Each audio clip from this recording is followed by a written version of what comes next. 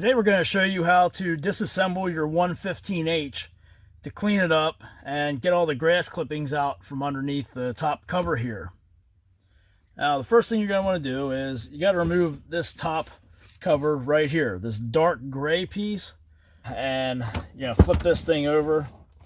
You can hold it right here at the handle while you lean it up, and right here, get into the frame there, right down here and right here there are plastic tabs right there. You can see at the end of this Torx bit there, right there. You want to pry in on them as you're holding this, because it's going to allow this part of the top cover here to split apart, and that's where you start this whole process. So now that just popped out of there, and now if that popped out, we can just take and pull this whole thing off. To give you a clearer shot of what you got to do to get this cover off here, we removed this whole cover assembly from the chassis, so we can make it easier for you to see where these tabs are at we were talking about down here. You can see you've got one right here, and you've got one right there, and there's one right here, right here, right here, right here, right here, and right here. But you get these right here, and that's what's gonna just spring this whole thing loose. They're the easy ones to get to, and if you push them out, you're gonna be able to pop that whole front off like you saw us do.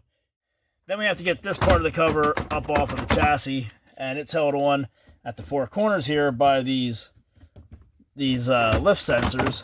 And the way you can do that is you can either use two flat screwdrivers and push them down in on either side to pry in the tabs while you lift up on this a little bit to get the cover off of that sensor, or you could use this right here. This is the official tool from Husqvarna. Currently it is part number 593215601, and this is a pretty simple thing to use. All you do is push this down in next to the sensor and lift up on the cover here a little bit, and it will release the tabs, and you can pick the body right up off of the sensor. There we go. There's that one. Let me see. We got that one. Get it spun around here so you can see a little bit better. And sometimes you got to wiggle these around a little bit, because if you have the tension on them already, it won't allow the tabs to push in. So you just got to play with it a little and get a feel for it. There we go. Don't just jam this in there and then go yanking and pull it on it with all you've got and end up breaking anything. Oh, we'll pull this out of the way. So you got to make sure you get it in there, and that you can get your tabs wiggled in. And this one's fighting us here. Must be some dirt down in there. That happens. There we go.